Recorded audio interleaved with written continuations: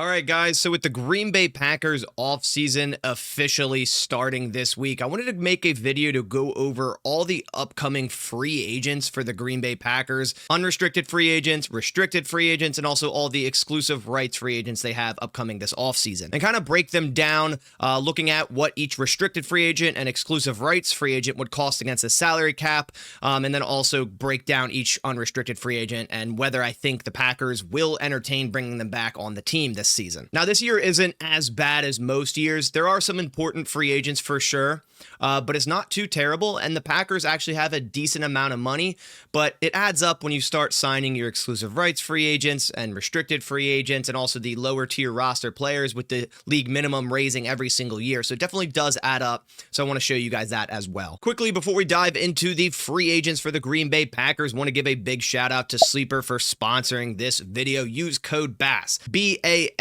at sign up. It's down in the description. Make a $5 play and you'll receive $55 in free plays. A really great promotion going on right now through Sleeper, where you guys can make your picks for the upcoming slate of games on Saturday and Sunday. And new users can also get a free pick in the Lions-Commanders game, and that's going to be more than a half a passing yard for Jared Goff. So you can add that to your slate of picks, among many others, such as Jaden Daniels, more than 1.5 touchdowns. There's plenty of different picks you can make, more or less, in all the games happening this weekend. So make sure to go check out Sleeper. It's an awesome app to use, and use code BASS, B-A-S, when signing up. All right, so now back into the video. Let's go over all the upcoming free agents for the Green Bay Packers this offseason. So let's bring up the screen, and first, let's just list every single one of them. First, we'll start off with the unrestricted free agents. We have Isaiah McDuffie, who played 64.2% of snaps, a 26-year-old player. We have TJ Slayton, who played almost 40% of snaps. Robert Rochelle, mainly a special teamer, but did play a couple defensive snaps. Tyler Davis, completely forgot about this guy. Multiple year injury really with him. Who knows if the Packers will end up bringing him back. Andre Dillard played 1.2% of snaps. Brandon McManus, of course, we added him, I think, week 4 of this season, and he's been a great kicker for us, and yesterday Gutekunst said he wants to bring him back. Eric Wilson played 51.2% of snaps. He's 31 years old now.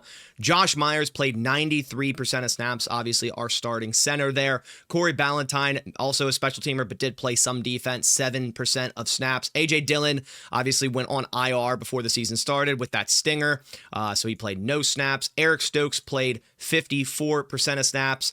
And then for the other remaining free agents, we have Ellis Merriweather, who I believe is injured on the practice squad. And then for a restricted free agent, we have John Fitzpatrick, who played 6.7% of snaps, a undrafted free agent. I think we signed from the Vikings practice squad before the season started. Kadeem Telfort, all these rest of these guys are exclusive rights free agents, so they only really have an opportunity to play for the Packers unless the Packers decline this exclusive rights free agents. And I'll explain all these tags here in a second. But exclusive rights free agents are as follows: Kadeem Telfort, Bo Melton, Emmanuel Wilson, Aaron Mosby, Daniel Whelan, and Zane Anderson. So you might be wondering, what's the difference between unrestricted free agent, exclusive rights free agent, and restricted free agent? Well, a player with less than 3 accrued seasons is an exclusive rights free agent. A player with 3 accrued seasons but less than 4 is a restricted free agent. And a player with 4 or more accrued seasons, or a vested veteran it's called, is an unrestricted free agent. And I believe John Fitzpatrick is a restricted free agent because we signed him off of the practice squad of another team. I'm not exactly sure, but obviously he doesn't have 3 accrued seasons, but I think there's a little stipulation there for that. But what's pretty crazy here is you can see all the exclusive rights free agents, which will be very cheap signings for 2025. I'll show you here in a second. All the snaps played by all these young players, all these exclusive rights free agents. Bo Melton played 23.2%. Emmanuel Wilson, 24.3%. Aaron Mosby, 13.8%. Daniel Whelan, of course, our punter, 33.3% of snaps and one of the better punters in the league.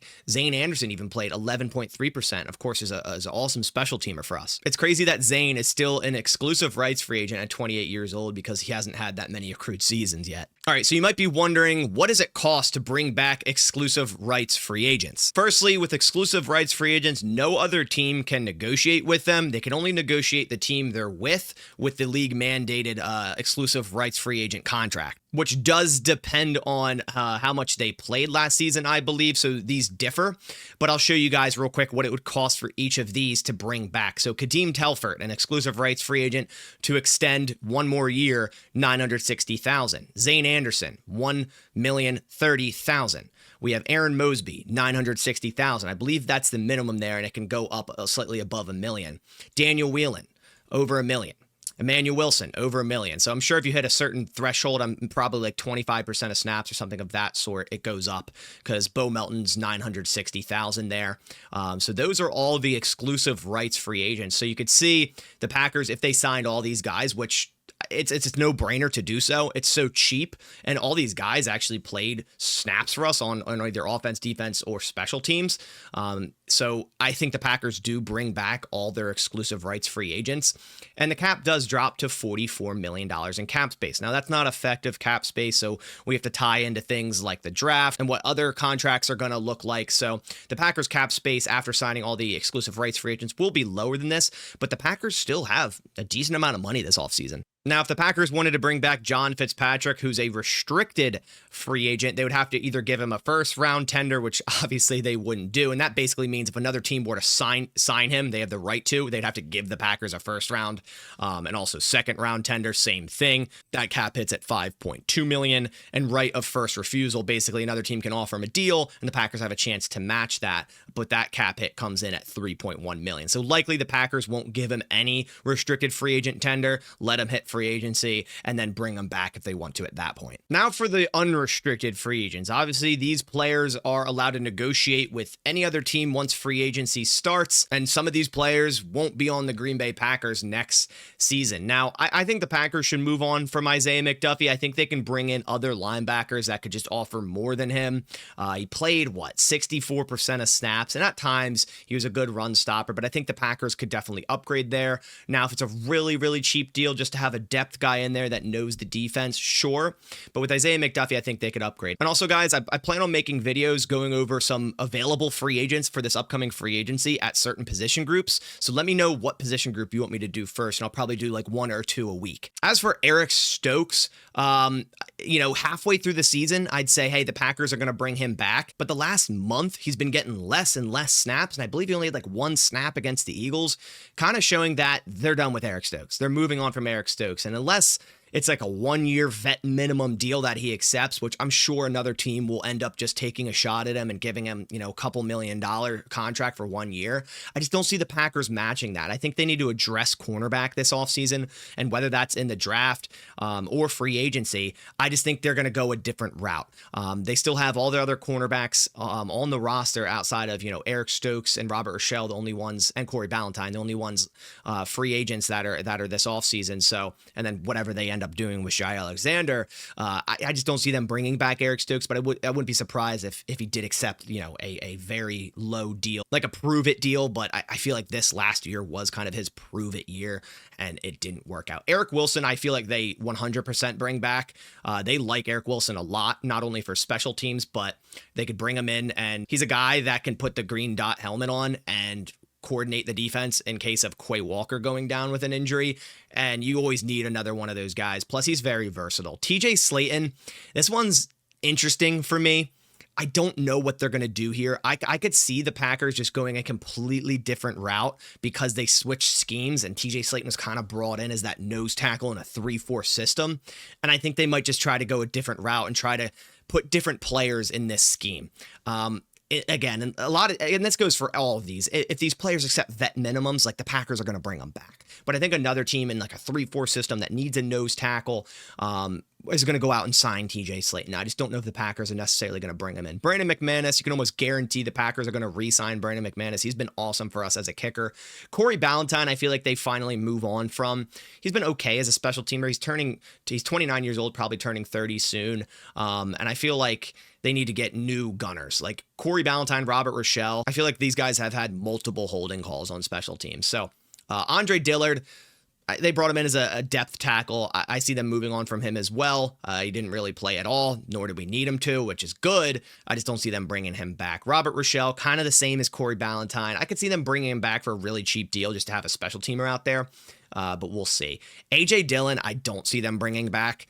Unfortunately, he had a neck stinger and didn't play all season, and this would have been his make or break season. But the Packers are loaded at running back, and considering Emmanuel Wilson's an exclusive rights free agent and they can bring him back for like $1 million cap hit, I mean, you're not going to get A.J. Dillon that cheap. Like, you're simply just not. You could, because A.J. Dillon does want to remain a Green Bay Packer. So if A.J. Dillon goes, just give me the vet minimum, I just want to be a Packer, then yeah, sure, maybe he'll be back. But they have, Josh Jacobs. They have Chris Brooks, who Chris Brooks has been awesome for them. They also have Marshawn Lloyd, who we're still waiting to see. So that with A.J. Dillon added to that's 4 running backs. And the Packers might want to draft another one. So I don't know about A.J. Dillon. I think he would literally have to be like, hey, I'll take the minimum you can give me. I just want to be a Packer, which could be the case with him. I could see him doing that. But outside of that, I don't see A.J. Dillon returning. As for Tyler Davis, it really just depends how the Packers see his injury situation. It's hard for me to kind of project what they're going to do with Tyler Davis. I knew the Packers really, really liked him, before those injuries. So they could bring him back if they feel comfortable with his progression and his injuries, but it would definitely be a vet minimum deal. Now, as for the most important one, you guys are probably going, why hasn't he talked about Josh Myers? Just wanted to save it for last because this one is, I know a lot of us Packers fans are going, don't bring back Josh Myers. We need to upgrade at that position, which I think can be true. I think the Packers do need to upgrade at center, but Josh Myers does allow a lot of continuity in this offensive line, and he's the one calling the protections, and I think he does a good job at that. He has great rapport with Jordan Love. We saw other issues when we tried putting Elton Jenkins there, Sean Ryan there with messed up snaps and snaps rolling off the ground. It wasn't pretty. And I think the Packers could upgrade. I think they really could. And whether that's in free agency or the draft, but I think the Packers like Josh Myers more than any of us do. And that just kind of screams that he's going to be back. And I believe they even talked about it in their press conference yesterday. And that's where I got that line that, hey, Jordan Love and him have great continuity. And that's pretty much what Matt LaFleur said yesterday, or Gutekunst, I believe. So I could see the Packers definitely bringing him back. At that point, it's just a matter of how much money. We see Creed Humphrey as the highest paid center in the league. It hurts because he was drafted 1 pick after Josh Myers. Will he get Creed Humphrey money? No way. But we see all these other centers around that 10, 12, 13 mark. I mean, I feel like the Packers are going to go out and pay Josh Myers that mark, maybe around 10 million, maybe around 11 million. Is he better than Eric McCoy? No. Is he better than Ryan Kelly, Lloyd Cushenberry, Frank Ragnow? No, he's not, right? Even Tyler Biadasz, who signed with the Commanders this offseason, only got 10 mil. So it would probably be lower than 10 mil, maybe at 8 or 9 mark, maybe just at 10, which I still think is an overpay. I don't think Josh Myers is worth that much money.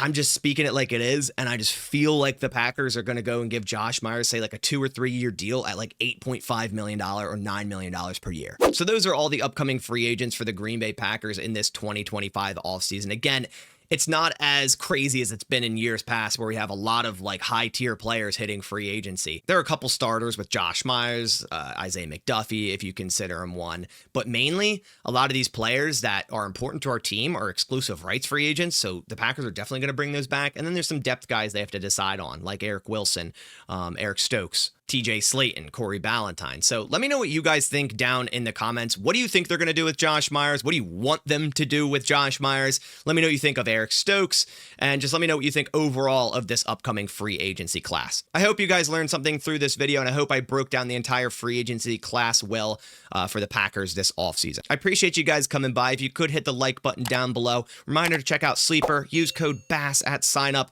for $55 in free plays. All you got to do is make one $5 play. Appreciate you guys stopping by. I'll catch you on the next one, and as always, go Pack Go.